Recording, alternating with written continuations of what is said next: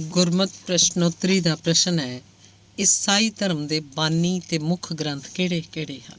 ਬਾਨੀ ਹਜ਼ਰਤ Isa Masih Jesus Christ ਇਸ ਧਰਮ ਦੇ ਬਾਨੀ ਹਨ। ਇਹਦਾ ਜਨਮ ਈਸਵੀ ਸਨ ਦੇ ਸ਼ੁਰੂ 'ਚ ਭਾਵ ਅੱਜ ਤੋਂ 2000 ਸਾਲ ਪਹਿਲਾਂ ਹੋਇਆ। ਪਵਿੱਤਰ ਪੁਸਤਕ ਬਾਈਬਲ, ਨਿਊ ਟੈਸਟਾਮੈਂਟ ਇਹਦੀ ਧਾਰਮਿਕ ਤੇ ਪਵਿੱਤਰ ਪੁਸਤਕ ਹੈ। ਇਹ ਕਈ ਗ੍ਰੰਥਾਂ ਦਾ ਸੰਗ੍ਰਹਿ ਹੈ ਜਿਹੜੇ ਵੱਖ-ਵੱਖ ਵਿਅਕਤੀਆਂ ਵੱਲੋਂ ਲਿਖੇ ਗਏ ਹਨ। ਇਹਨਾਂ ਵਿੱਚੋਂ ਕੁਝ ਪੁਸਤਕਾਂ ਇਹ ਹਨ। ਮੈਥਿਊ, ਇਹ ਸੰਗ੍ਰਹਿ ਈਸਾ ਦੇ ਮੈਥਿਊ ਨਾਮ ਦੇ ਸ਼ਿਸ਼ ਨੇ ਸਨ 90 ਈਸਵੀ 'ਚ ਲਿਖਿਆ। ਮਾਰਕ ਦਾ ਗਾਸਪਲ, ਇਹ ਈਸਾ ਦੇ ਮਾਰਕ ਨਾਮ ਦੇ ਸ਼ਿਸ਼ ਨੇ ਲਿਖੀ। ਲਿਊਕ ਦਾ ਗਾਸਪਲ, ਇਹ ਲਿਊਕ ਨੇ ਲਿਖੀ।